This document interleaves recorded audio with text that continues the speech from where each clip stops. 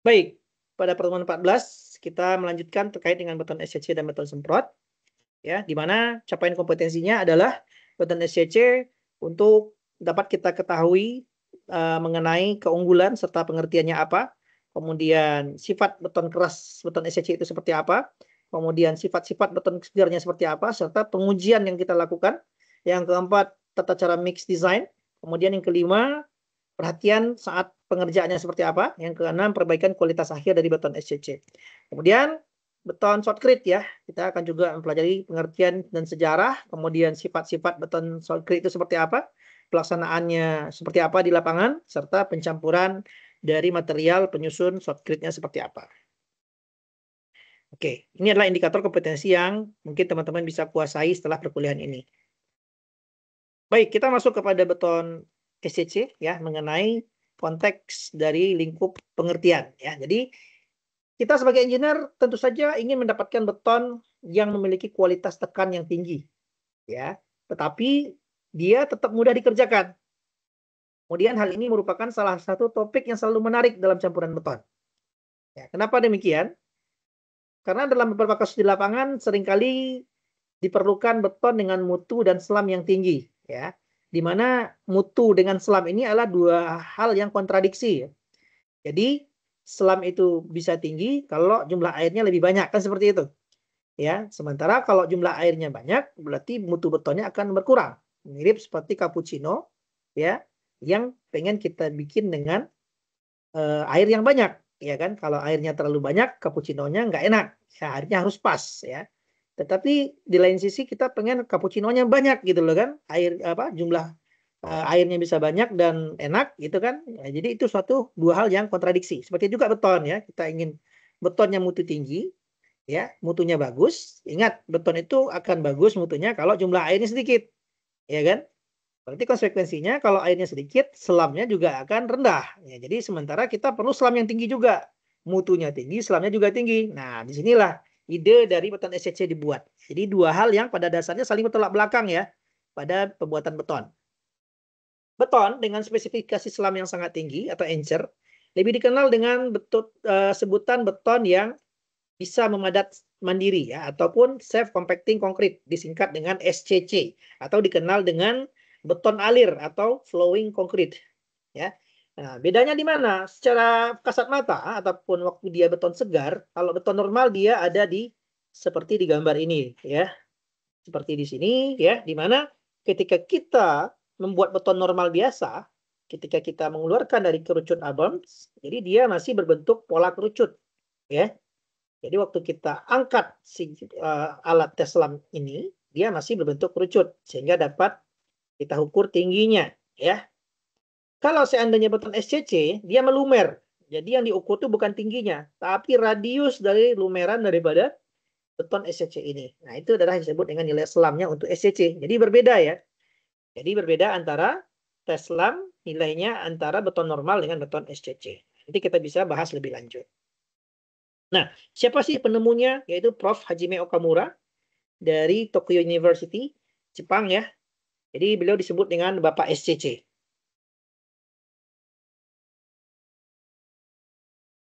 Kemudian kita akan mempelajari terkait dengan keuntungan penggunaan SCC dibandingkan dengan konvensional. Ya. Yang pertama, dia lebih mempercepat masa konstruksi. Karena kenapa? Setelah ditumpahkan, dia akan mengalir ke area-area yang di sebelahnya tanpa perlu diratakan ataupun perlu dipadatkan. Jadi otomatis pekerjaannya akan lebih singkat ya. Dengan menuangkan, dia akan melumer ke kiri, ke kanan, dan ke segala arah ya. Kemudian dia memiliki homogenitas yang tinggi ya, karena dia memang gradasi serta komposisinya sudah sangat baik sekali dan homogen tentunya, dan tidak perlu lagi kita padatkan sehingga ketika dia tercor pun dia sudah bersifat homogen ya. Kemudian dia memiliki kekuatan awal yang lebih tinggi dan mampu bisa kita lepaskan backcasting yang lebih awal ya. Jadi karena kenapa? Karena airnya rendah ya. Namun yang membuat dia itu workable ataupun bisa encer adalah admixture-nya ya. Jadi airnya sebenarnya sedikit ya. Jadi yang membuat dia workable itu ataupun encer itu adalah faktor dari super plasticizer yang digunakan ya. Bisa jadi seperti itu. Sehingga walaupun dia lumer di awal, tetapi lama-kelamaan dia akan mengeras ya dengan lebih cepat ya, sehingga apa namanya, backcasting pun bisa dilepas dengan lebih cepat. Nah, karena dia lumer ya, encer, maka bisa dipompa dengan concrete pump dengan jarak yang jauh ya, sehingga mempermudah pekerjaan dan durasi daripada pelaksanaan proyek ya. Kemudian permukaan yang dihasilkannya bisa lebih halus ya. Kemudian mengurangi paparan terhadap kebisingan juga. Kemudian lebih tahan terhadap risiko thermal cracking ya, atau retak akibat suhu, perubahan suhu ya, seperti itu.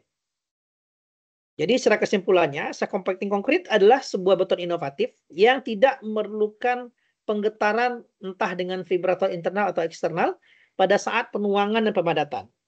Karena SCC ini mampu mengalir di bawah pengaruh berat sendirinya hanya dengan mengandalkan gaya gravitasi. Persis seperti bubur yang sangat lembek kita tumpahkan ke lantai, dia akan melumer ke segala arah dan membentuk sebaran yang hampir merata. Kemudian si SCC ini mengisi formwork secara menyeluruh dan mencapai pemadatan penuh karena kemampuannya untuk masuk kepada bidang-bidang yang kecil. Bahkan dalam keadaan tulangannya sangat rapat sekalipun, beton yang telah mengeras memiliki strukturnya rapat, homogen, dan memiliki sifat serta daya tahan yang bagus ya, seperti beton yang dipadatkan secara konvensional.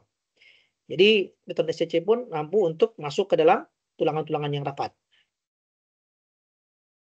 Kemudian kita lanjutkan, SCC sering digunakan sebagai salah satu alternatif pemakaian beton normal ya, pada kondisi seperti berikut ya. Yang pertama adalah SCC digunakan pada struktur yang tulangannya rapat. Karena tulangannya rapat, bisa kita gunakan SCC. Karena SCC itu dia akan mengalir ya. Biasanya agregat yang digunakan itu kecil-kecil. Jadi kita tidak khawatir terhadap segregasi akibat efek saringan mekanik, yaitu tertahannya agregat akibat rapatnya tulangan. Ya, jadi dengan tulangannya rapat sekalipun, dia memiliki kemampuan untuk melewati tulangan tersebut. Ya, karena pastanya yang encer dan agregatnya yang lebih kecil. Kemudian pembetonan yang banyak di lokasi maupun di titik-titik yang sulit dijangkau, ya dia dapat menjangkau hal tersebut, ya dia mampu mengalir, ya ke area-area yang sulit dijangkau. Kemudian untuk kepentingan arsitektur nanti mungkin ada komponen-komponen struktur beton yang berbentuk asimetris ataupun berbentuk lancip, ya. Nah ini untuk bangunan-bangunan monumental, ya, bangunan-bangunan artistik mungkin akan menggunakan arsitektur yang terkadang tidak bisa dicor dengan konvensional, maka tugas ini akan dikerjakan oleh beton SCC. Kemudian struktur yang terekspos kondisi cuaca buruk ya, karena kita memerlukan beton yang betul-betul padat, karena nanti untuk menghadapi durabilitas daripada lingkungan, itu perlu beton yang bagus, yang kuat dan padat, sehingga tidak merusak tulangan juga, maka SCC juga termasuk solusinya. Yang kedua, kita akan menjelaskan terkait sifat-sifat beton keras dari beton SCC. Yang pertama, kuat tekan. Beton SCC biasanya lebih kuat, ya, memiliki kekuatan tekan yang sedikit lebih tinggi atau lebih kuat dibandingkan dengan beton normal dengan faktor air semen yang sama. Kenapa demikian? Karena ikatan antar agregat dengan pastanya lebih baik ya pada saat dia mengeras.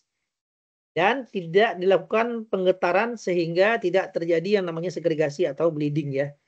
Nah, jadi dia tidak digetarkan, tidak ada risiko terhadap terjadinya segregasi atau bleeding. Sehingga pada waktu dia keras, SCC biasanya lebih kuat ya, sedikit lebih tinggi dibandingkan beton normal. Kemudian yang kedua dari sisi kuat tarik ya, sifat-sifat beton keras yang kedua adalah dari kuat tarik ya.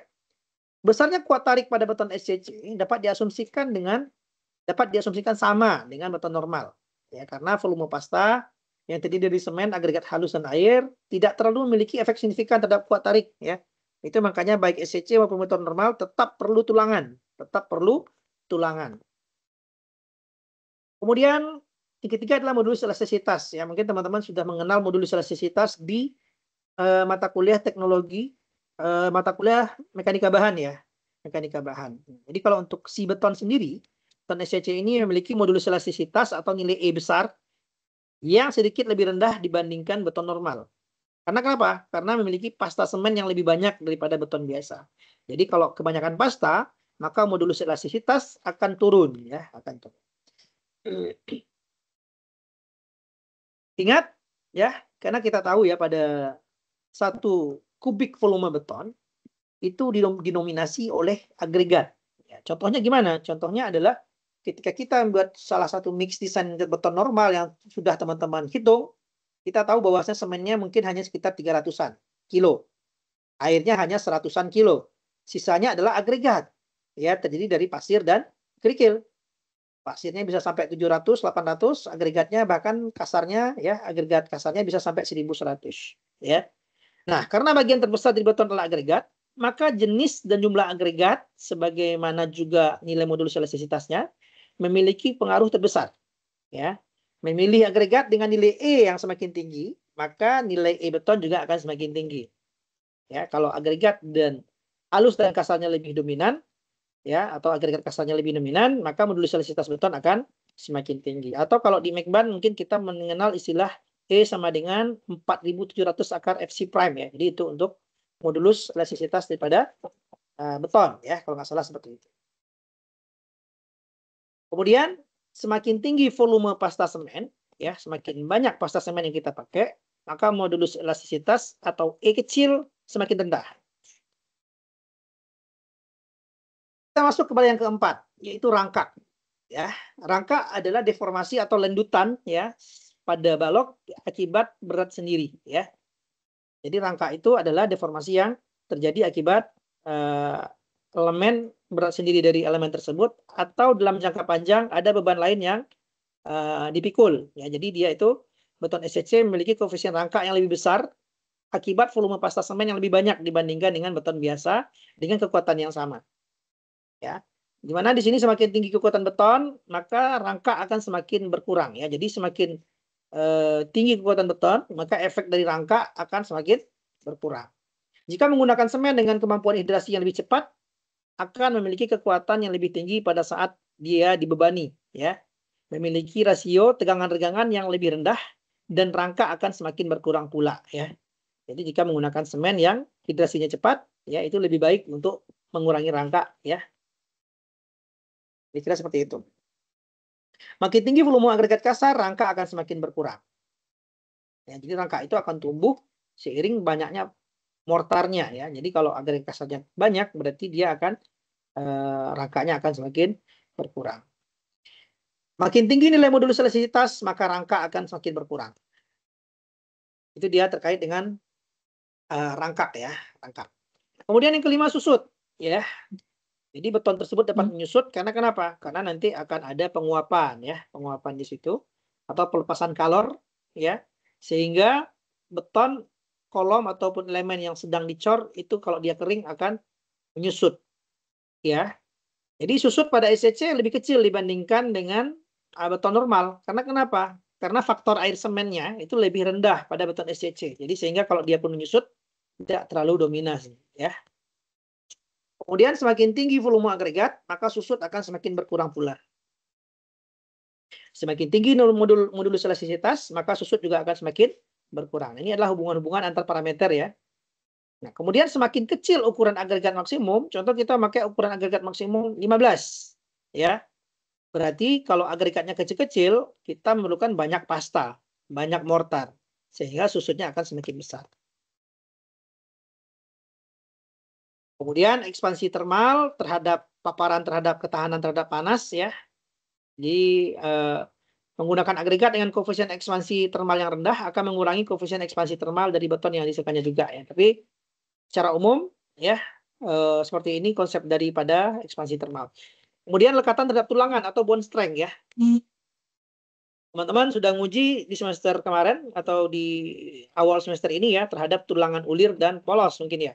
Jadi di sini ulir dan polos itu ketika dimasukkan ke dalam beton, dia harus menyatu atau lekat dengan betonnya ya. Jadi mana sih yang lebih bagus lekatan antara beton terhadap tulangan, apakah SCC atau beton normal?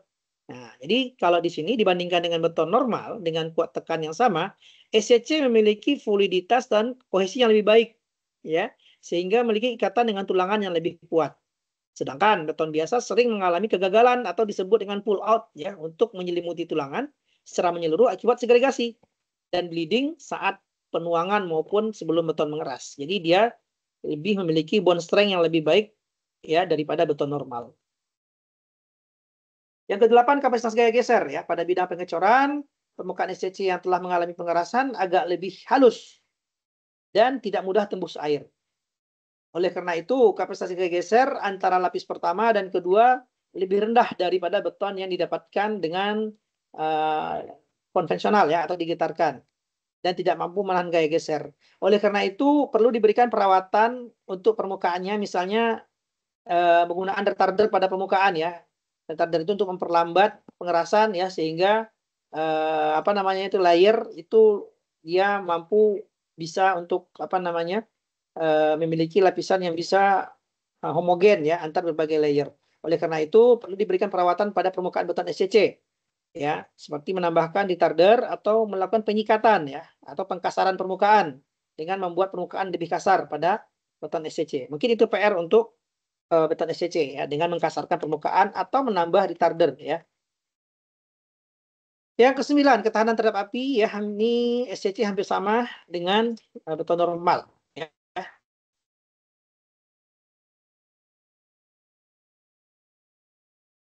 Baik, kita masuk kepada sifat beton yang selanjutnya, yaitu durabilitas atau daya tahan terhadap paparan lingkungan ya. Pemadatan dengan penggetaran seringkali merupakan proses yang tidak, kadang-kadang orangnya beda, caranya beda, ya durasinya beda. Ya, jadi antar tukang-tukang pun kadang kalau memadatkan itu kadang banyak juga yang tidak sesuai dengan standar, nah, atau tidak kontinu. Nah, jadi penggetaran internal meskipun dilaksanakan dengan benar juga sering masih menimbulkan ketidakseragaman hasil pemadatan.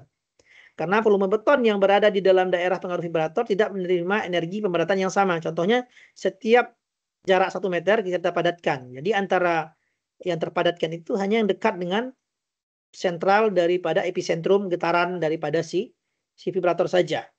Nah, konsekuensinya apa? Kalau pemadatannya tidak seragam atau tidak benar, maka akan timbul lubang-lubang seperti honeycomb, ya, segregasi dan bleeding. Nah, ini memiliki pengaruh negatif yang besar ya terhadap permeabilitas sekaligus durabilitas pada beton. Itu pada beton normal. Sementara itu beton SCC bila dikerjakan dengan benar akan bebas dari kerugian-kerugian di atas karena dia tidak menggunakan vibrator. Ya, jadi dapat menghasilkan suatu material beton yang memiliki permeabilitas yang seragam ya, dan memiliki semacam impermeabilitas yang lebih baik ya, sehingga hanya memiliki sedikit kelemahan terhadap lingkungan yang merugikan, dan karenanya memberikan durabilitas yang lebih baik dibandingkan beton dengan beton normal. Jadi terhadap durabilitas beton SCC jauh lebih baik karena tidak dilakukan pemadatan di situ atau penggetaran dengan vibrator. Oke, kita masuk kepada yang ketiga, yaitu sifat-sifat beton segar dan pengujiannya. Nah, ini beberapa catatan untuk memilih pengujian yang perlu dilakukan. Yang pertama, jika struktur tidak menggunakan atau hanya memerlukan sedikit tulangan, contoh, kita mengerjakan elemen kolom, tulangannya jarang-jarang, berarti ada pengujian yang namanya passing ability yang dapat kita abaikan. Karena pengujian passing ability ini untuk mengecek kemampuan lolos tulangan terhadap material yang diletakkan pada struktur yang tulangannya rapat. Jadi kalau tulangannya renggang berarti passing ability tidak perlu kita kerjakan. Uji selamnya ya. Oh iya, kemarin saya mengingat juga bahwasanya mungkin ada beberapa dari teman-teman yang menjawab tes selam daripada beton SCC itu sama saja dengan beton multi tinggi dan beton normal. Ternyata itu salah ya. Kalau beton normal ataupun multi tinggi kita menggunakan hanya satu uji ya, satu uji selam tes ya. Kalau di sini untuk pengujiannya ada banyak ya. Jadi kita bisa lihat ya, ada slam flow, ada L-box, ada V-funnel, ada U-box ya, dan sebagainya. Jadi kita karena berbeda bentuk daripada fisik betonnya, maka pengujian selamnya juga beda ya. Kira-kira seperti itu. Itu yang pertama. Yang kedua, pengujian kekentalan hanya diperlukan bila menginginkan hasil permukaan yang bagus atau bila pendulangan sangat rapat. Jadi untuk uji kekentalan itu bisa kita lakukan jika ingin permukaannya bagus atau pendulangan yang kita lakukan itu sangat rapat. Kita bekerja di pendulangan yang sangat rapat ya. Yang ketiga, pengujian segregasi menjadi pengujian yang penting bila diinginkan SCC memiliki fluiditas yang lebih tinggi dan kekentalan yang lebih rendah. Nah, jadi kira-kira seperti itu. Nah, berikut adalah contoh pengujian beton segar di lab dan di lapangan untuk beton SCC. Ya, di sini ada kepala kolomnya adalah karakter sifat FCC, mix design lab, dan lapangan atau field, QC ya, quality control. Nah, jika ingin kita mengetahui kemampuan mengisi atau filling ability, maka kita menggunakan slam flow test, ya di lapangan juga slam flow test. Kemudian, jika ingin mengetahui kemampuan dia passing ability, kita dapat menggunakan L-box dan jaring, ya di lapangan juga bisa kita lakukan jaring juga. Kemudian viskositas, ya ataupun kekentalan, maka kita bisa menggunakan metode T500 slam flow, ya dan V-funnel di lapangan juga sama. Kemudian ketahanan segregasi, ya itu bisa kita lihat dengan GTM screen ability dan V-funnel at T5 minutes ya. Jadi seperti ini. Ini beberapa pengujian beton segar yang untuk beton SCC. Kok banyak ya Pak? Ya, karena karakternya berbeda teman-teman. Jadi berbeda dengan beton normal. Kalau karena di sini perlu beberapa penyesuaian terhadap kebutuhan, maka ada beberapa pengujian yang harus kita siapkan. Yang pertama adalah kita akan menghitung daya alir ya. Daya alir ataupun kemampuan mengalir daripada beton SCC. Ya. Nah, daya alir akan semakin tinggi jika menggunakan super plasticizer yang banyak ya. Dia akan memiliki daya alir semakin tinggi. Daya alir seringkali dinyatakan dengan slam flow. Slam flow yang terlalu tinggi akan menyebabkan segregasi juga. Jadi betul-betul harus kita kontrol sedemikian rupa. Nah, di bawah ini adalah acuan sebagian nilai slam flow berdasarkan penggunaan. Nah, ini diambil dari European Guideline for SCC. Nah, jadi ini untuk kalau SF1 ini adalah kategorinya, ada SF1, slam flow 1, slam flow 2, dan slam flow 3. Slam flow 1 itu dia memiliki radius sebaran itu ini ya. Radius sebarannya itu 550 sampai 650 mili. Ini dapat digunakan di lapangan untuk komponen-komponen ini ya. Mulai dari struktur beton tanpa tulangan atau sedikit tulangan, contohnya plat lantai, terowongan, ya, kemudian pile dan sebagainya. Ini untuk 550 sampai 650. Kalau 650 sampai 750 cocok untuk hampir semua penggunaan dengan kondisi normal, seperti tembok dan kolom. Kemudian 760 sampai 850, ya. Ini penggunaannya bisa kita pakai juga hal-hal tertentu ya, seperti untuk pengecoran vertikal dengan struktur lengannya rapat, struktur dengan bentuk rumit dan sebagainya. Jadi beton SCC tersebut ada peruntukannya ya. Nah, di sini pun kita perlu bijak menggunakan super plasticizer. Kalau terlalu banyak juga nanti menyebabkan beton itu lama mengerasnya ya, sehingga nanti dapat mempengaruhi durasi pekerjaan. Nah, ini perlu kita perhatikan secara seksama. Nah, ini adalah untuk pengujian slam flow test ya. Alatnya ada beberapa buah ya, dan nanti kita akan menghitung berapa sebaran ya, diameter dari sebaran beton yang mengalir tersebut ya. Nah, ini yang perlu kita perhatikan. Di sini kan batasan kita kan di 850 ya, 850. Nah, kalau seandainya ada permintaan di atas 850 ya, maka dalam pekerjaannya ataupun proses penyusunan mix desainnya ya perlu diperhatikan secara detail ya. Karena kenapa? Karena ini bisa menimbulkan segregasi dan apa namanya? Dimensi agregatnya itu sebaiknya kurang dari 12 mili ya. Kalau pengen sebarannya lebih luas lagi, dan ini memang perlu tindakan yang lebih expert ya dalam untuk perancangan mix design dan pertanggungjawaban mutunya. Itu untuk slam. Yang pertama tadi adalah daya alir ya. Yang kedua adalah kita akan bicara tentang kekentalan atau viskositas.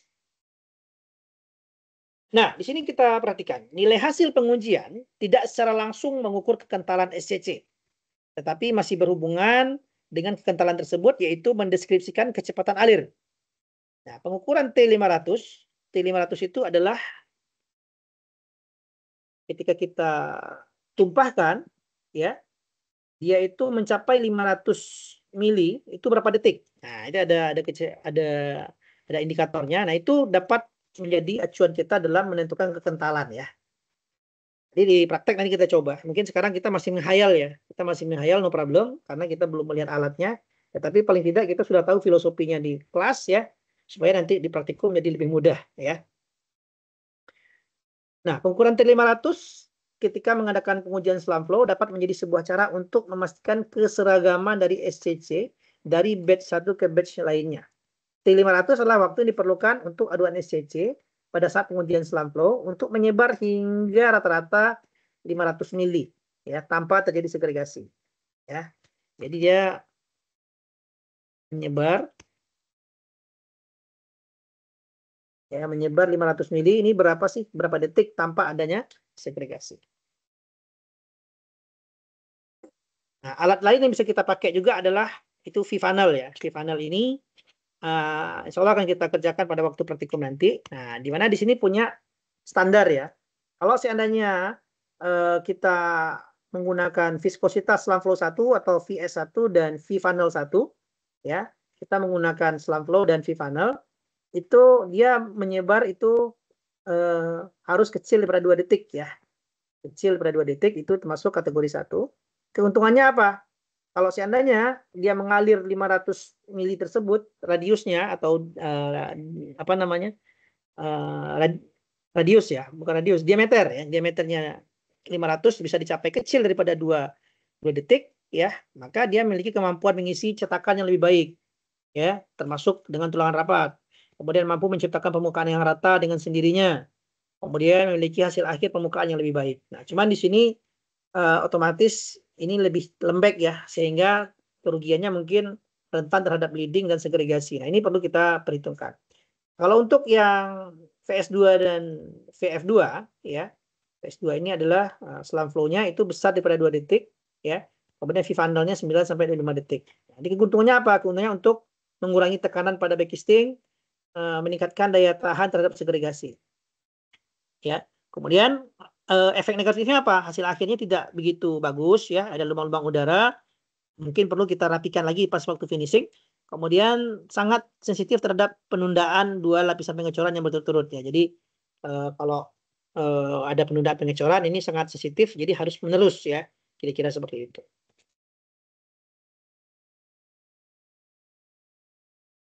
Oke, yang pertama tadi daya alir, yang kedua adalah kekentalan, yang ketiga adalah passing ability.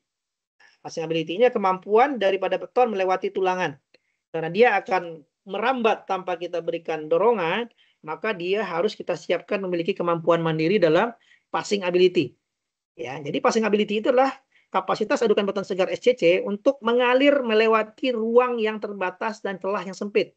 Contohnya tulangan yang rapat, ya, tanpa terjadi segregasi, ya, atau tanpa kehilangan keseragaman atau blocking. Kira-kira seperti itu. Nah, di sini kita menggunakan alat L-box ya. Jadi apa namanya? Kalau passing ability 1 itu besar dari 80% atau 0,8, besar daripada 0,8 itu dengan 2 tulangan di alatnya, dipasang 2 tulangan. Itu untuk gap 80 sampai 100 mili. Nah, ini dipakai untuk bangunan rumah dan struktur vertikal. Kalau passing ability 2 itu besar dari 0,8 juga dengan tulangannya 3 buah, lebih rapat. Maka ini cocok untuk bangunan infrastruktur sipil. Ya, ini dengan gap jarak antar tulangan 60 sampai 80 mili. Nah, alatnya seperti ini. Alatnya seperti ini. Ya, jadi kalau seandainya kita gap kita pengen berapa, mau 2 atau 3 tulangannya. Jadi ini adalah L-box. Ya, ini ditutup dulu pada awal tesnya ya, ini ditutup dulu, diisi sampai penuh. Baru dibuka. Tarik ke atas, dia akan menyebar ke bagian kanan ini. Ya. Maka nanti dihitung selisih antara H2 dan H1-nya. Jadi perbandingan H2 dan H1-nya itu tidak boleh kecil daripada 0,8 ya. Dia harus bisa sama daripada 0,8. Kalau bisa, H2 dan H1 ini tingginya sama ya, rata. Ya. Jadi nanti kita akan hitung berapa sih H2 banding H1, apakah H2 banding H1 ini tidak boleh kecil daripada 0,8. Kira-kira seperti itu. Kemudian yang selanjutnya adalah daya tahan terhadap segregasi atau segregation resistant ya. Di sini daya tahan segregasi sangat fundamental bagi SCC yang dicor inside ya atau di tempat yang memerlukan homogenitas dan kualitas yang baik ya. Pengujian daya tahan segregasi tidak selalu harus dilakukan kecuali jika menggunakan SCC dengan kategori selam flow yang lebih tinggi atau dengan kategori kekentalan yang lebih rendah. Penting diketahui bahwasanya penggunaan super plasticizer yang makin tinggi akan mengurangi daya tahan terhadap segregasi. Ya, jadi kalau semakin banyak superposisi segregasi peluangnya akan semakin besar juga, ya kan? Jadi ini harus kita apa namanya perhatikan, ya. Nah, di sini kalau untuk SR1 pengujiannya, daya tahan segregasinya itu kecil daripada 20%. Itu digunakan untuk slab tipis atau plat tipis ya, pengecoran vertikal dengan jarak alir kurang dari 5 meter dan gap yang lebih besar daripada 80 mm ya. Jarak besinya ya, jarak antar tulangan lebih besar daripada 80 mm. Kemudian ada juga SR2 ya untuk segregation resistant, itu kecil dari 15%, itu cocok digunakan untuk pengecoran vertikal dengan jarak pengaliran yang lebih dari 5 meter dan jarak tulangan atau gap lebih besar daripada 80 mm. Kemudian pengecoran vertikal dengan jarak pengaliran kurang dari 5 meter dengan gap kurang dari 80 mm. Jadi nanti di lapangan kita akan melihat jarak pengecoran, pengalirannya, dan jarak gap atau antar tulangan ataupun celah sempit yang ada di sana. Jadi tinggal pilih nih, kita mau SR1 atau SR2. Jadi memang banyak pilihan.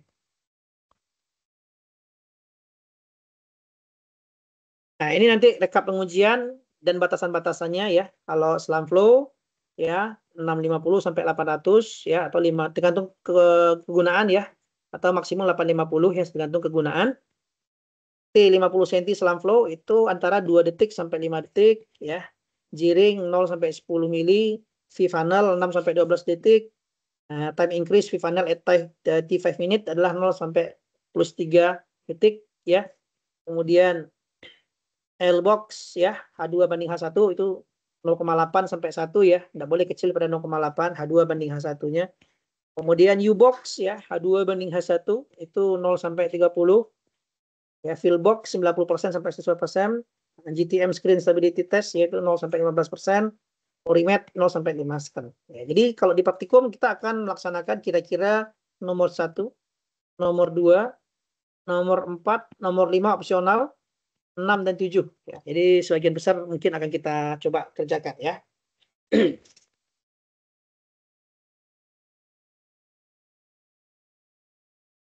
Oke, ini contoh penggunaan spesifikasi ya sifat FCC untuk berbagai penggunaan berdasarkan penelitian ya. Nah, jadi di sini untuk VS2 dan VV2, VF2 itu penggunaannya untuk adalah pengecoran rem ya. Kemudian VS1, kemudian VF1 juga dipakai, VS1 dan VF1 dipakai untuk tembok dan pancang, kemudian struktur tinggi ya. Kemudian VS1 dan VF1 itu digunakan untuk selantai dan slab ya, dan dengan beberapa hal yang harus diuji di sebelah ini ya. Jadi ini untuk lebih expertnya ya. Jadi kalau di lapangan teman-teman kita sudah dimudahkan kita mengecor rem, kita menggunakan pengujian yang mana gitu kan. Kira-kira seperti itu. But most of all, kita akan pelajari semua yang berhubungan dengan item praktikum ya, tidak kita pilih-pilih karena kita belum tahu mengecor apa. Jadi sebagian besar nanti akan kita kerjakan semua. Jadi tidak perlu cemas milih-milihnya gimana Pak. Ya nanti saja. Tapi yang penting kita bisa mengerjakan tes yang dibutuhkan. Kira-kira seperti itu. Oke, sebelum kita masuk kepada syarat-syarat material, tadi kita sudah berbicara ada slam flow ya, ada apa namanya? Ada slam flow, kemudian ada V-funnel ya. Nah, kita melihat di lapangan seperti apa sih videonya. Nah, ini kita akan coba sedikit nonton video untuk apa namanya? Pengujian-pengujian yang dilakukan ya di lapangan pada beton SCC.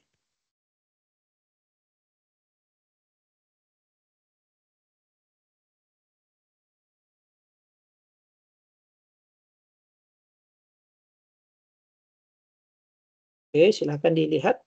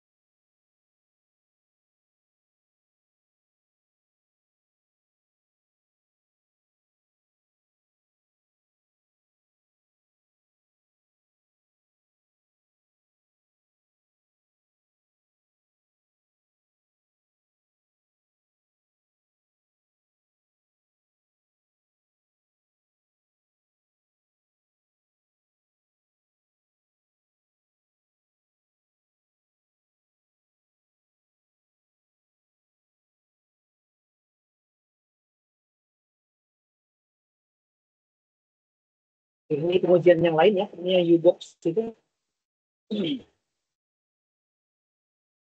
Kita akan coba melaksanakan beberapa pengujian ini di praktikum ya. Nah, seperti ini uniknya beton SCC. Dia cair sekali sehingga ketika kita isi di sebelah sini tingginya hampir sama ya dengan sebelah kanan. Jadi semakin lembeknya seperti itu. Oke. Oke, kita kembali ke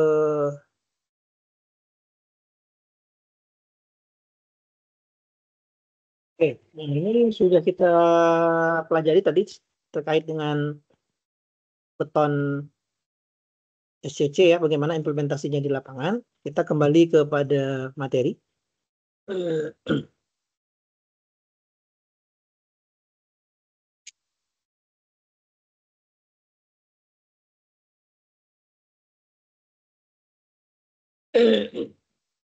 Oke, kita lanjutkan.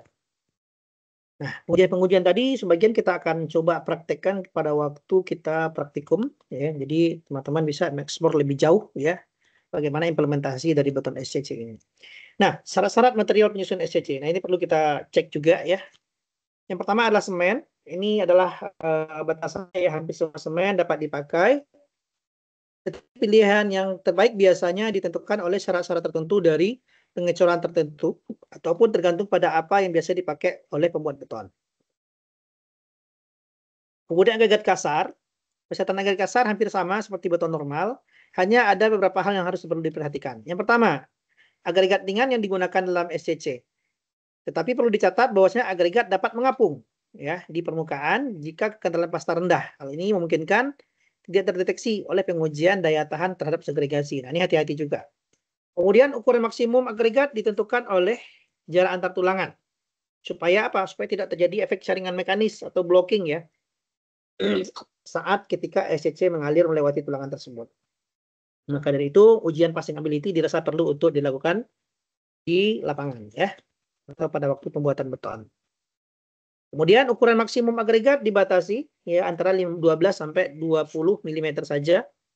Supaya kalau agregatnya terlalu berat nanti nggak mampu betonnya untuk mengalirkan kerikil tersebut atau agregat kasar tersebut. Kemudian semakin bulat bentuk permukaan agregat semakin baik ya. Kalau antena semakin kecil kemungkinan untuk terjadi blocking ya. Dan tentunya akan berkurangnya gesekan internal akibat aliran yang dapat semakin cepat ya. Jadi ini bentuknya kalau semakin agregat kita bulat itu akan semakin baik ya. Kemudian agregat halus. Agregat halus hampir juga sama dengan beton normal. Perbedaannya terletak pada banyaknya kandungan agregat halus yang lebih kecil atau lebih halus. Jadi agregat halus itu kan dominan berada di antara jaringan nomor 200 ke atas ya. Yang lebih besar. Nah, di sini kita membutuhkan agregat yang halus yang dimana yang lolos dengan 200 atau yang biasa disebut dengan lolos saringan 0,125 mili ya. Atau yang lolos dari saringan 100 ya. Jadi ukuran partikel yang lebih halus ini disebut dengan powder ya. Yang mana gradasinya mirip seperti semen ya. Gradasinya mirip seperti semen.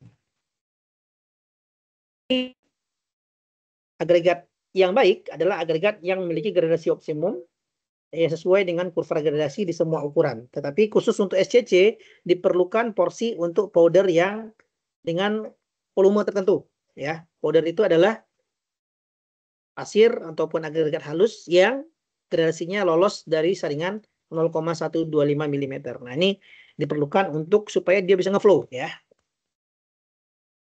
Kemudian bahan tambah yang kita gunakan ya seperti SCC. Untuk SCC adalah seperti plasticizer yaitu berupa HRWR ya. Kemudian bahan campuran lain ya bisa kita gunakan yaitu viscosity modifying admixture agent ya. Di sini dapat digunakan untuk mengurangi segregasi. Kemudian bahan tambah lain ya seperti air entrain, accelerating, retarding dan lain sebagainya dapat digunakan dengan cara yang sama seperti beton yang konvensional ya, tetapi tetap berpedoman kepada aturan yang dikeluarkan oleh pabrik pembuat admixture tersebut. Ya. Kemudian yang kelima aditif, ya, aditif non kimia yang dapat kita gunakan, ya, memiliki banyak manfaat, ya, seperti meningkatkan dan menjaga tingkat kohesi daya tahan terhadap segregasi, ya. Kemudian mengatur kadar semen dengan tujuan mengurangi hidrasi panas atau thermal shrinkage crack, ya. Jadi karena kalau semen kita terlalu banyak berarti nanti akan menimbulkan retak thermal, ya. Kemudian di sini kita bisa menggunakan beberapa apa namanya? Beberapa material, ya, seperti kapur, ya, pigmen ataupun berupa pozolanik seperti fly ash dan silikavium. Kemudian yang hidrolis seperti terak tanur tinggi, ya. Ini bisa kita pakai untuk tambahan di aditifnya. Kemudian yang keenam, kita juga bisa menggunakan fiber, ya, seperti serat metalik, ya, dan polimer yang digunakan untuk membuat SCC. Tetapi otomatis akan mengurangi daya alirnya atau passing ability-nya. Jadi kalau tidak diperlukan, tidak usah kita pakai fiber. Nah, ini dia yang tadi kita jelaskan, ya, agregat sangat halus atau fine, itu partikel lebih kecil daripada 0,075. Ya, atau 0,125 di berbagai negara Eropa. Nah, dianggap sebagai debu halus, teman-teman. Jadi tambahannya nanti di SCC ini kita perlu menyiapkan powder tadi, ya, yang debu halus tadi. Di mana jumlah debu yang akan digunakan tergantung kepada berbagai faktor, ya, termasuk apakah bahan penyimenan sekunder seperti slag, sembur butiran tanah, pijar, ya, GGBS, ya. Jadi slag tanduk pijar, fly ash, silikavium digunakan atau tidak. Nah, ini jadi faktor juga. Jika bahan penyimpanan sekunder tadi ataupun aditif tadi digunakan, maka persyaratan untuk fine ini bisa berkurang, ya. Namun kebutuhan akan agregat halus bisa dihilangkan jika menggunakan bahan penyimpanan sekunder seperti fly ash. Kalau kita gunakan secara dominan itu memungkinkan untuk menghilangkan powder ataupun agregat halus yang lebih kecil daripada 0,075 mili atau lolos saringan 200. Jadi yang sangat dibutuhkan untuk apa? Untuk membuat beton kita mengalir, ya. Kemudian peningkatan fine juga membantu mencegah segregasi dengan tidak adanya bahan penyimpanan sekunder seperti fly ash. Jumlah agregat halus umumnya bisa sampai 260 liter sampai 240 liter. Jadi contohnya kita nggak pakai fly ash, berarti kita akan memerlukan agregat yang halus, yang sangat halus ini atau powder itu bisa di rasio 160 liter sampai 240 liter. Nah, kemudian agar dicapai sifat-sifat adukan SCC yang diinginkan, prinsip-prinsip mendasar yang harus dimengerti. Yang pertama adalah fluiditas dan kekentalan pasta disesuaikan dan diseimbangkan melalui pemilihan dan perbandingan yang akurat, ya, dengan membatasi rasio air agregat halus dan dengan menambahkan superplasticizer. Ini dia yang akan kita bahas setelah ini untuk mix design, ya. Oke, ini data-datanya saja. Nah, kita lanjut kepada tahapan mix design. Yang pertama, kita menentukan apa target dari mix design, ya, menentukan performa beton yang akan kita tuju sesuai dengan spesifikasi yang telah dibuat oleh klien. Kemudian memilih material penyusun SCC, ya, lebih baik secara borongan jika memungkinkan, ya. Kemudian setelah kita siapkan material, maka kita buat job mix desainnya, ya, kita bikin rancangannya. Terus kita lakukan pengecekan sesuai dengan performance melalui pengujian laboratorium. Jika memuaskan, maka lanjut. Jika tidak memuaskan, kita evaluasi material alternatif lainnya supaya ini oke. Kalau sudah oke, baru nanti kita lakukan trial di lapangan atau di tempat pengadukan. Nah, ini adalah prosedur mix design. Nah, ini adalah solusi-solusi jika ada permasalahan yang muncul dari hasil mix design yang tidak sesuai, yang tidak memuaskan, maka bisa kita lakukan penyesuaian rasio semen powder, kita coba aditif yang lain, ya, sesuaikan komposisi agregat halus dan dosis superplasticizer, kemudian pertimbangkan kemungkinan untuk penggunaan viscosity modifying agent untuk mengurangi sensitivitas adukan.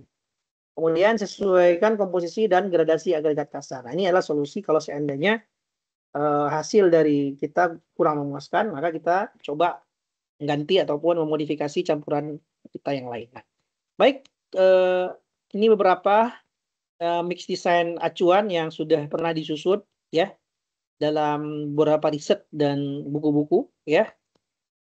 Kemudian kira-kira perbedaannya seperti ini. Ini adalah beton normal pada bagian atas di mana didominasi oleh agregat kasar. Kalau di sini nanti ada sekitar 8% yang akan diisi oleh material halus ya. Material halus ya yang berasal dari pasir ataupun sisa yang lolos di saringan nomor 200 ya sebesar 8%. Jadi memang dibutuhkan di sini sehingga proporsional antara agregat halus dengan agregat kasar itu jadi lebih berimbang ya kan.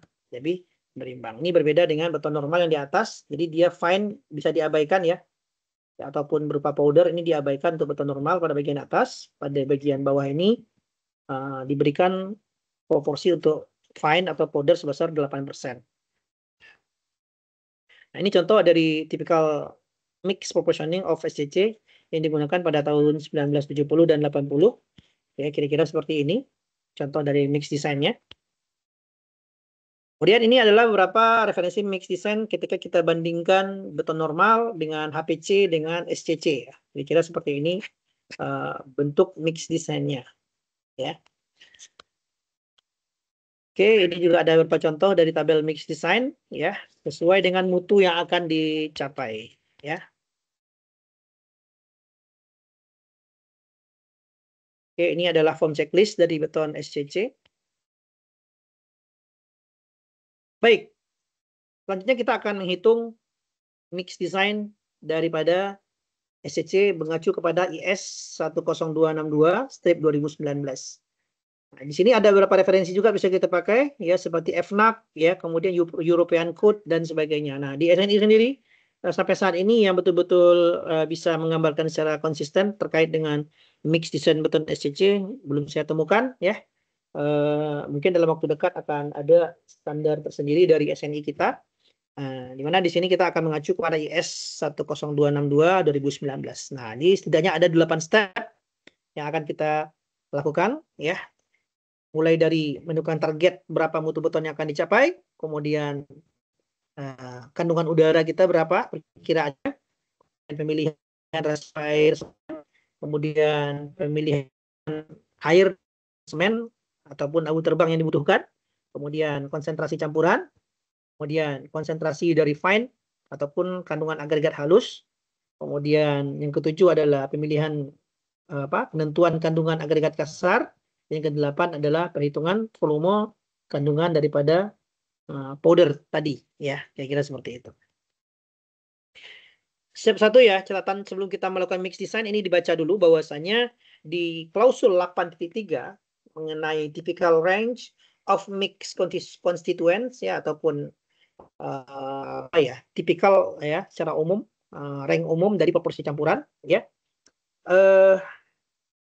Di mana di sini jumlah butiran halus ya yang cukup ya, jumlah halus itu yang penting ya, yang berupa powder tadi yang lolos dari saringan 0,125 atau 0,075 di sebagian literatur sebaiknya kisarannya adalah 400 kilo hingga 600 kilo ya. Nah, yang lolos dari saringan 200 itu ada dua komponen. Yang pertama cementitious, entah itu semen ataupun fly ash. Yang kedua adalah agregat halus ya, agregat halus yang lolos dari saringan 0,125. Nah, termasuk jumlah agregat halus dan campuran mineral seperti abu terbang dan dalam proporsi yang sesuai. Dapat digunakan untuk kemudahan mengalir sambil memastikan kesesuaian terhadap efek perilaku beton, khususnya penyusutan beton. Ya, kandungan agregat halus biasanya 48 hingga 60% dari massa total agregat. Ya, menyeimbangkan volume proporsi unsur-unsur lainnya. Ya. Yang kedua adalah, jadi ini sudah tahu ya bahwasanya kita perlu powder sebanyak 400 sampai 600 kg per meter kubik ya. Yang mana sebagian besar nanti akan diisi oleh semen ya, sisanya nanti baru agregat halus. Kemudian untuk agregat halus sendiri biasanya adalah 49 sampai 60% dari massa keseluruhan beton agregat ya. Jadi kalau agregat kita halus kita 60%, berarti agregat kasarnya tinggal 40% ya, kira-kira seperti itu. Kemudian yang kedua adalah kadar air, range-nya adalah bisa antara 150 sampai 210 ya. kadar air yang kita pakai untuk bikin beton SCC dalam 1 meter kubik. Yang ke C, ya, penggunaan admixture seperti rainwater reducer, seperti ether polikarboksilat, ya, berdasarkan penggunaan admixture, high rainwater reducer, itu dapat mengurangi penggunaan air lebih dari 30%, ya. Dan kadang-kadang, sometimes also using a viscosity modifying admixture.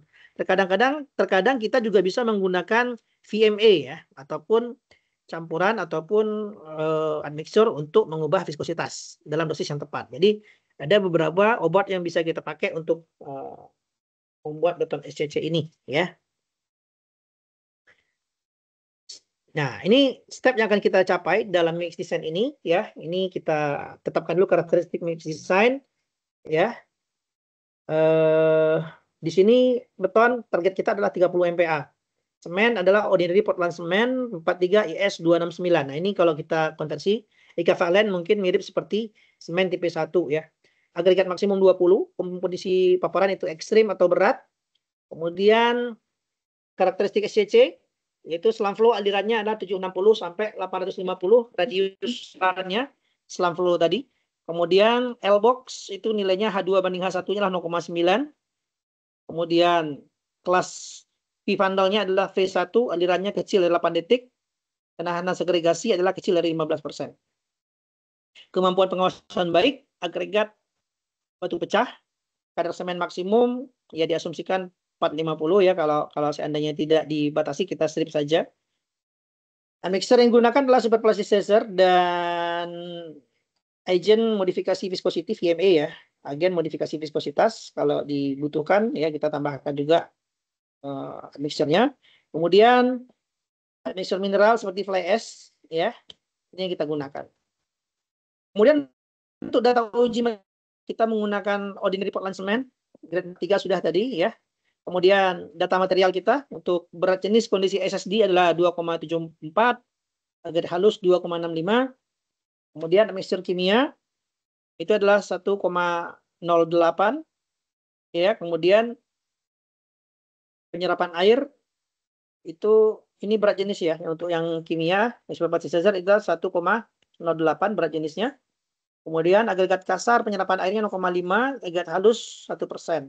Nah, di sini kadar air yang ada di soal tidak ada, ya, diasumsikan tidak ada kelembapan yang diserap dan halus juga tidak ada yang diserap, berarti kalau tidak ada di soal berarti tidak perlu kita lakukan perhitungan koreksi. Tetapi kalau ada ditentukan di soal mirip seperti beton normal dan mutu tinggi, tetap perlu dilakukan koreksi, ya, terkait dengan mutu material. Perhatikan step 1.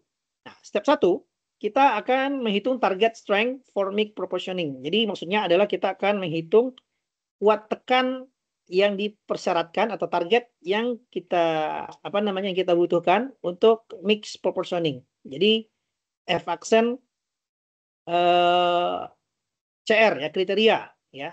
Jadi yang telah ditambahkan dengan standar deviasi. Nah, itu maksudnya. Jadi di sini rumusnya agak sedikit berbeda dengan beton normal. Jadi kalau kita F aksen CR menggunakan di sini notasinya adalah F aksen CK. Di mana F aksen CK ini sama dengan FCK ditambah 1,65 kali standar deviasi. Kemudian rumus kedua adalah F aksen CK sama dengan FCK ditambah faktor X. Nah, jadi kita pilih nanti dari dua hitungan ini whichever is higher. Ya, yang paling besar itu kita pakai, ya, di sini. Nah, berapa nilai S dan nilai X ada di klausul 4.2, ya. Yang pertama tabel 1 ini adalah untuk value of X, ya. Berapakah nilai dari notasi X ini, ya. Nah, di sini dapat kita lihat notasi dari nilai X ini mutu kita kan 30 MPa. Mutu kita 30 MPa, maka dipakai nilai X kita adalah 6,5. 6,5. Kemudian untuk S, untuk standar deviasi, di sini sudah ada tabel 2 juga, atau assume the standard of deviation. Di sini ada nilai untuk M30. M30 nilainya adalah assume standard deviation-nya adalah 5, ya, 5 Newton per milimeter. Jadi kita akan lihat mana yang lebih tinggi nilainya. Ya, mari kita coba hitung. Nah, rumus satu tadi adalah F aksen CK sama dengan FCK ditambah 1,5 S. FCK kita atau FC prime adalah 30 Newton per milimeter persegi, standar deviasinya 5. Ya, kita masukkan 30 ditambah 0,65 kali 5. Didapat efaksen CK-nya adalah 38,25 Newton per milimeter persegi. Nah, ini untuk persamaan 1. Persamaan 2, efaksen CK sama dengan FCK ditambah X. Ya.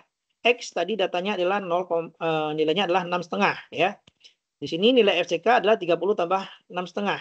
Dapat 36,5. Jadi the higher value is to be adapted. Jadi ini akan kita pilih mana yang terbesar. Therefore, target strength will be 38.225 ya Newton per millimeter square. Jadi di sini yang kita pilih adalah 38,25 Newton per millimeter persegi atau MPa. Ya, karena kenapa? Karena nilai terbesar adalah 38 ini ya, lebih besar daripada 36. Jadi untuk efaksen kriteria daripada beton SCC adalah 38,25. Oke, itu step 1. Mudah ya? Oke, kita lanjut ke step 2. Kita akan melakukan approximate air content ya. Kita akan memperkirakan berapa sih persentase the percentage of volume air trap ya dari volume of concrete. Jadi di sini akan kita lihat berapa persen sih potensi udara yang akan terperangkap ya di dalam beton untuk maksimum coarse aggregate size kita. Tadi kan nominal maximum size of aggregate ya, maksimum coarse aggregate size itu di 20 mm. Maka kita lihat di tabel 3 ya. Di sini adalah maksimum size of aggregate, di sini ada 10, 20, 40. Berarti kita ambil 20. Ambil 20 berarti persentase rongga udara yang ada terperangkap di beton adalah 1% ya. 1%. Itu step 2 ya. Mudah sekali. Kita langsung ke step 3 ya. Step 3 kita akan menggunakan grafik ya. Tujuannya untuk menghitung selection of water cement ratio. Jadi WCM ya ataupun FAS, faktor air semen ya. Jadi data-data yang kita tampilkan di sini adalah bahwasanya kita tipe semennya adalah OPC. Kemudian exposure ya untuk kategori paparan, kemudian reinforced concrete ya itu untuk beton bertulang ya, kira-kira seperti ini ya. Nah, di sini pada figur di samping atau gambar di samping di sini akan ada sumbu vertikal, itu adalah kuat tekan beton umur 28 hari daripada target kita ya. Target kita umur 28 hari tadi berapa? 8,25 ya. Kemudian yang horizontal itu adalah nilai persentase dari faktor air semen tadi ya. Berapa yang akan kita hitung nanti ya. Berapa nilai faktor air semen yang kita butuhkan. Di mana selanjutnya di sini ada 3 garis kurva. Ya, 3 garis kurva melengkung ini akan menjadi alat bantu kita dalam menentukan water cement ratio kita. Untuk kurva 1 ini itu untuk nilai kuat tekan antara 33 MPa sampai 40 kecil daripada 43 MPa. Nah, tadi nilai kita kan 38,25 ya. Kuat tekan kita berarti umur 28 hari berarti kita akan menggunakan kurva 1. Ya, sementara untuk kurva 2 dan kurva 3, kalau kurva 2 itu antara 43 MPa sampai kecil dari 53 MPa. Kurva 3 itu lebih besar daripada 53 MPa. Jadi kita akan menggunakan kurva 1. Nah, langsung saja kita plot ya di sini.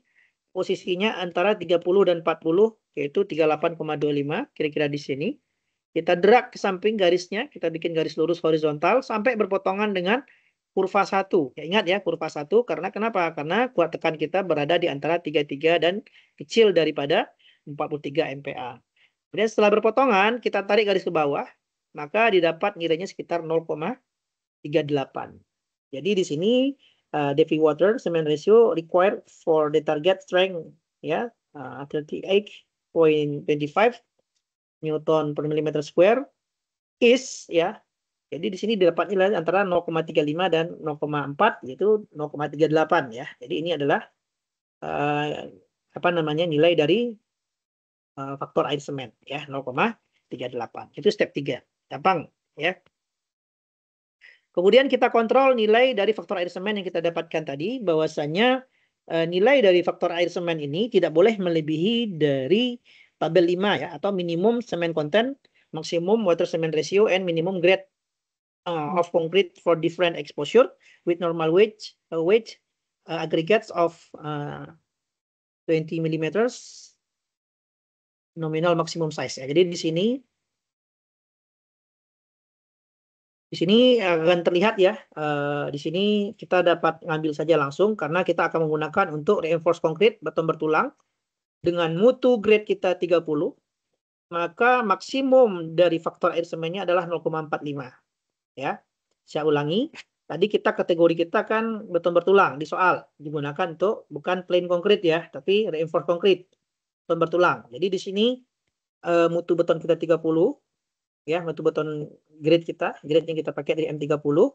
Kemudian maka di sini didapat nilainya 0,45. Jadi maksimum water cement ratio ya. Nah, tadi sudah kita dapatkan di langkah sebelumnya nilainya 0,38.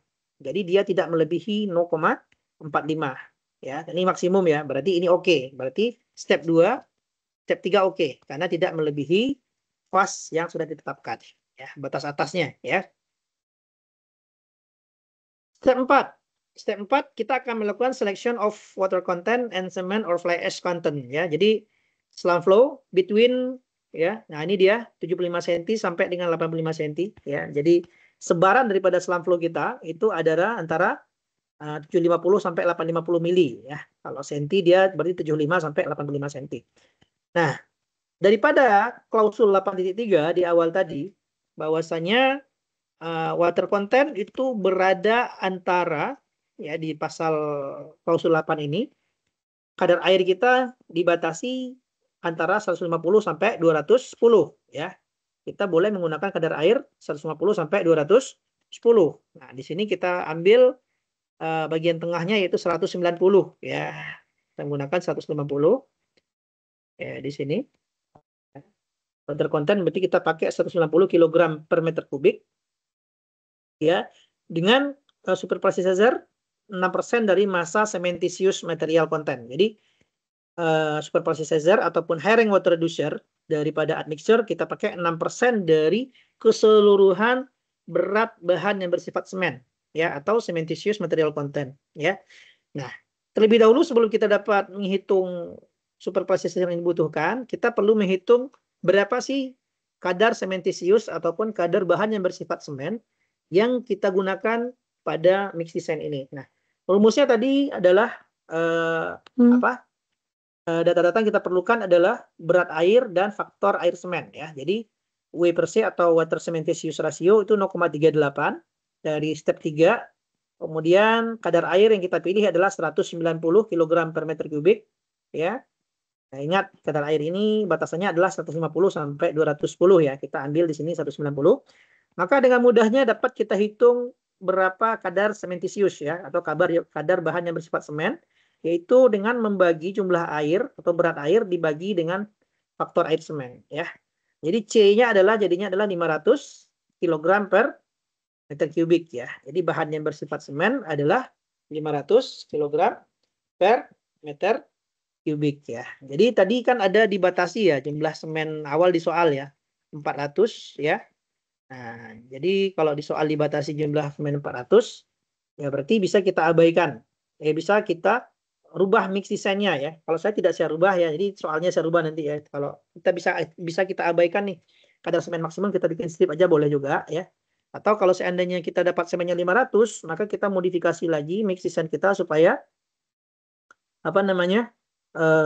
faktor air semen ini kita tidak melebihi 450 ya. Tapi karena sudah terlanjur menghitung, ini tidak saya rubah ya. Nah, cara merubahnya nanti teman-teman bisa dengan dengan merubah sedikit jumlah air ini ya. Contohnya kan ketika kita pakai jumlah air kan batasannya 150 sampai 210 ya. Jadi kita pakai aja 150 ya. Nah, 150 bagi 0,38 contoh saja. Kalau kita kurangi jumlah air di sini ya, 150 ya, bagi 0,38 itu dapatnya 394 ya. Jadi kalau 170 bagi 0,38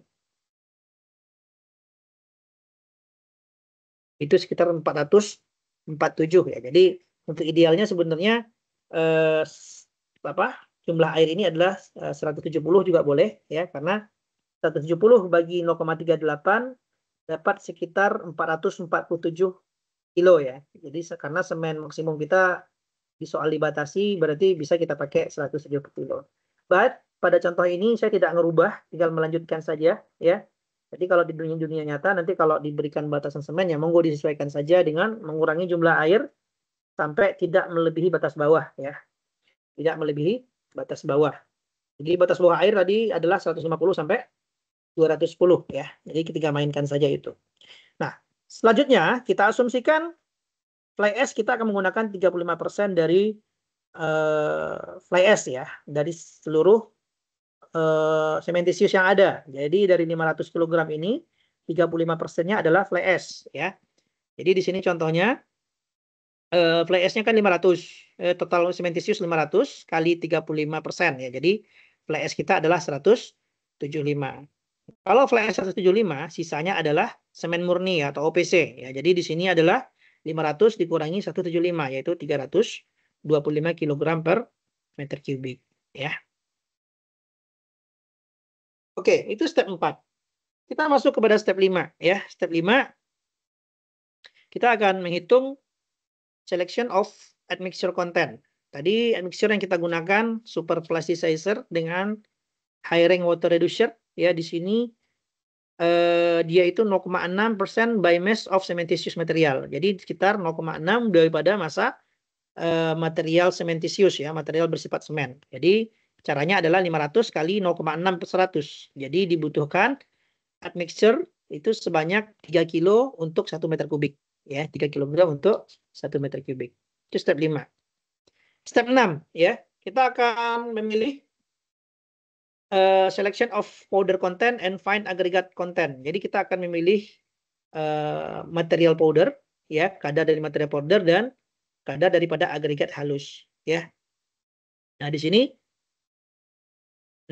kadar daripada powder atau disebut dengan fine agregat halus yang lebih kecil daripada 0,125 mili ya. Ini required for SCC is generally the rank of 500 to 600 kg per meter square ya. Jadi meter kubik. Jadi di sini kebutuhan kita terhadap powder ini adalah 400 sampai 600 kilo. Ya, 400 sampai 600 kilo. Ya.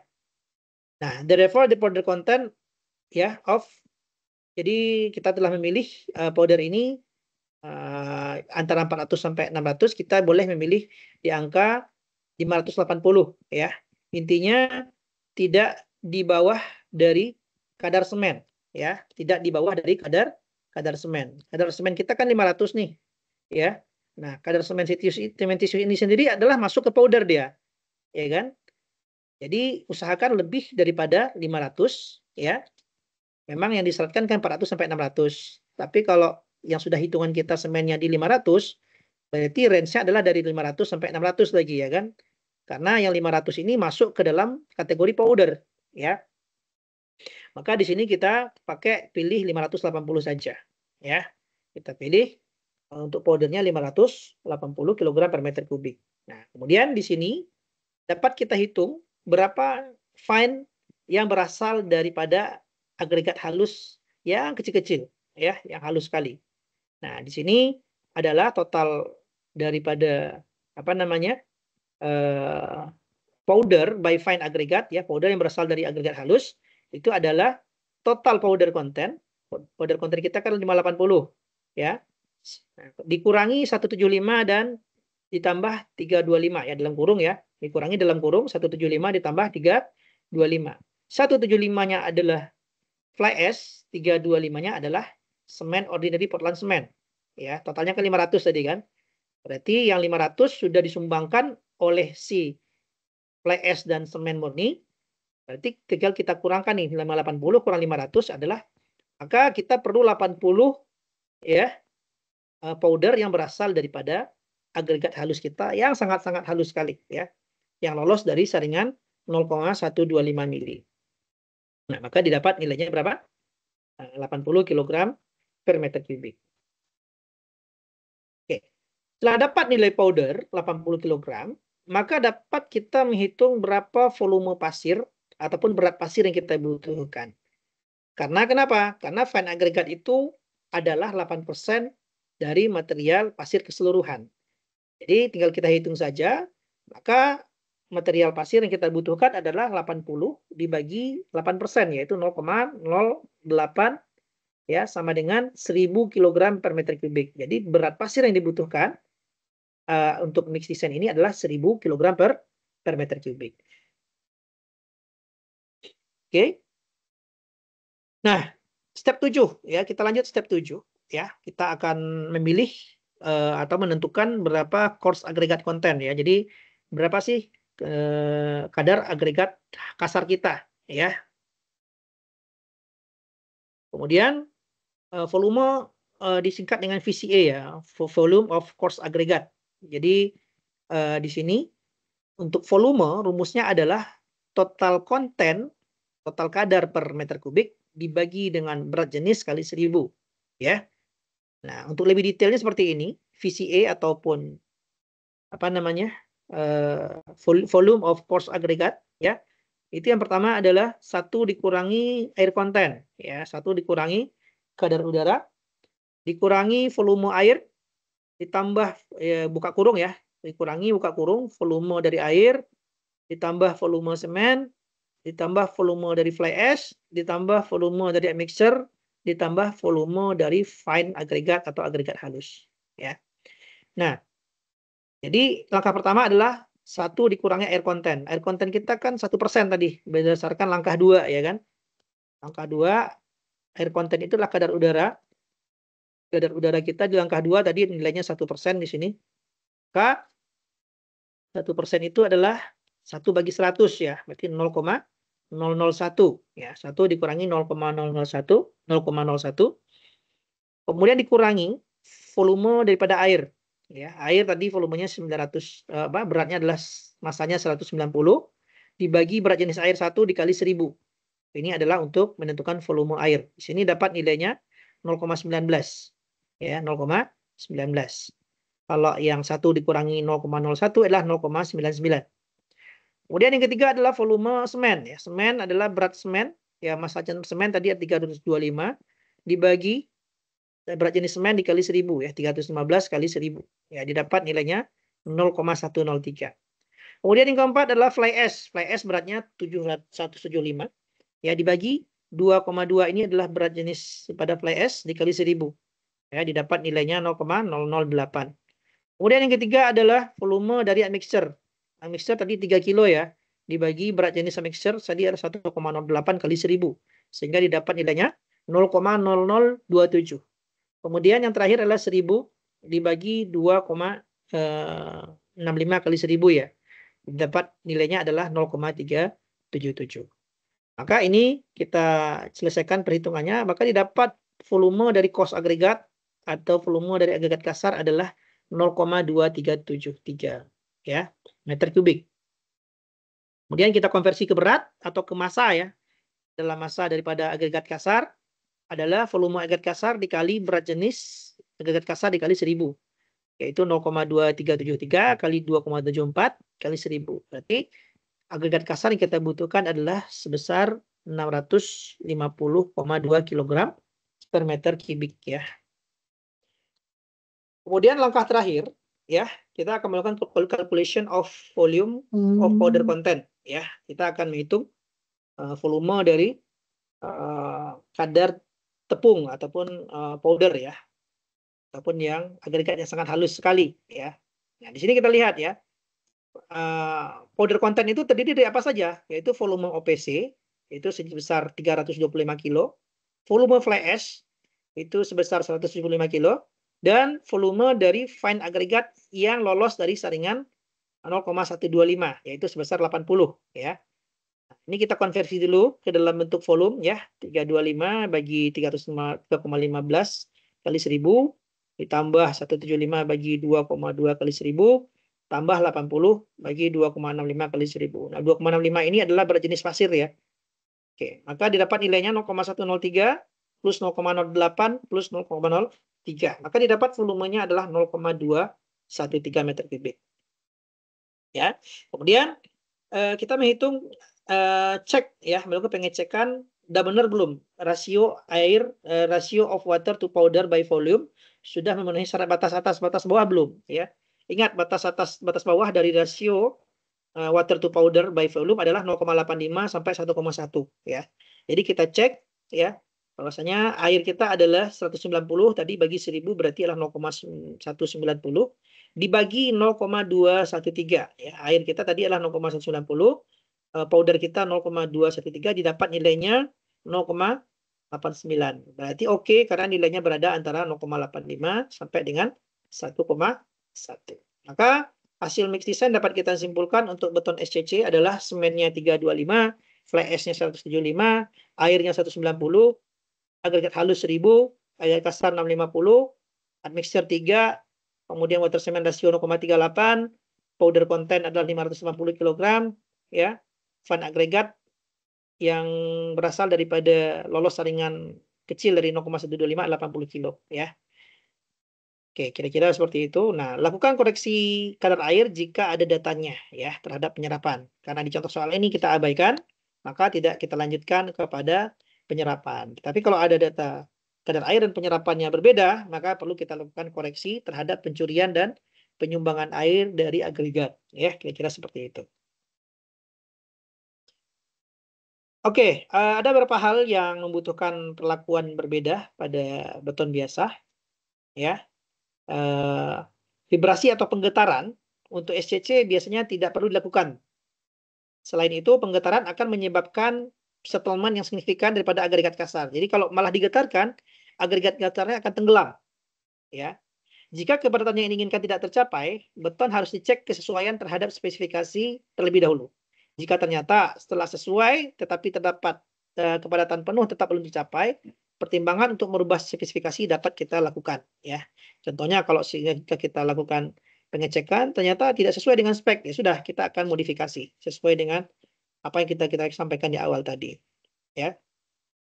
Tetapi ada beberapa jenis pekerjaan di mana kontrolnya akurat dan penggetaran ringan mungkin diperlukan ya, penggetaran ringan ya, bukan penggetaran secara menyeluruh ya. Yang pertama adalah pada beberapa struktur tertentu di mana bentuk berkisting dapat menyebabkan udara terperangkap pada lokasi tertentu. Nah, ini karena udara tersebut kan terkadang perlu juga dia digetarkan untuk bisa dikeluarkan, terutama untuk elemen-elemen yang bentuk formwork yang unik ya, sehingga dapat mengakibatkan udara terperangkap di sana ya. Nah, hal ini dapat ditangani dengan pemadatan manual ya dan lokal pada area tersebut saja. Jadi tidak digetarkan secara menyeluruh. Kemudian pada slab ya ataupun bagian plat ya mungkin ya menggunakan SCC pada kelas plumb flow yang rendah mungkin memerlukan tamping ringan ya. Tamping itu dipukul-pukul ya, bukan dirojok sedikit lah gitu, tidak dengan lembut ya, tidak dengan penggetaran secara besar-besaran ya. Jadi seperti ini. Kemudian hal-hal yang perlu diperhatikan pada saat pelaksanaan ini ada beberapa ya, silakan teman-teman baca ya karena mengingat waktu kita terbatas ya. Di sini ada beberapa hal-hal yang dapat kita baca di sini termasuk bagaimana sebabnya, cacatnya seperti apa ya, sebabnya apa, kemudian pencegahannya gimana. Nah, di sini sudah ada. Silakan dibaca sebagai tugas mandiri ya. Oke, silakan dibaca sebagai tugas mandiri. Nanti teman-teman untuk tugas mandirinya hanya membaca sampai beton semprot ya. Beton semprot kita tidak ada teknis yang dalam ya karena kita ini informasi umum untuk pengetahuan dan lebih kepada menyampaikan metode-metode yang secara umum dilakukan pada pekerjaan beton semprot ya. Jadi kalau ada yang mau ditanyakan nanti silakan pada waktu praktikum di minggu depan atau pas responsi nanti di hari Jumat kita akan responsi untuk persiapan sosialisasi praktikum.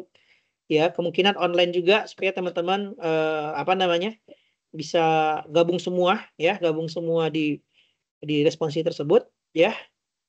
Jadi di sana nanti silakan teman-teman berbicara bertanya terkait dengan apapun ya, mulai dari pertemuan awal sampai pertemuan akhir. Tapi harapan saya untuk beton semprot ini silakan teman-teman nanti bikin resume saja, nggak banyak ya, hanya sedikit apa saja, bahannya tidak terlalu banyak ya. Tetapi ketika ditulis ke dalam resume, kita jadi lebih paham dan lebih menguasai ya. Di sini tidak ada mix design yang saya jelaskan ya. Ini lebih ke bagian teknis pelaksanaan ataupun beberapa konsep-konsep umum mengenai beton semprot ya. Oke, kira-kira demikian teman-teman. Ya, kira-kira ada yang akan ditanyakan? Gak ada, Pak. Oke, jelas berarti? Jelas, Pak. Oke. Oke, baik. Nanti videonya akan saya share di YouTube. Teman-teman mengerjakan tugas bisa nanti menggunakan YouTube dari saya ya untuk beton SCC ya. Pak. Oke. Baik, Pak. Oke, terima kasih banyak. Oke, untuk kuliah hari ini karena sudah masuk waktu zuhur, kita cukupkan dulu. Mohon maaf jika saya ada kesalahan dan kekurangan ya. Saya akhiri dengan Assalamualaikum warahmatullahi wabarakatuh. Waalaikumsalam warahmatullahi wabarakatuh. Waalaikumsalam warahmatullahi wabarakatuh.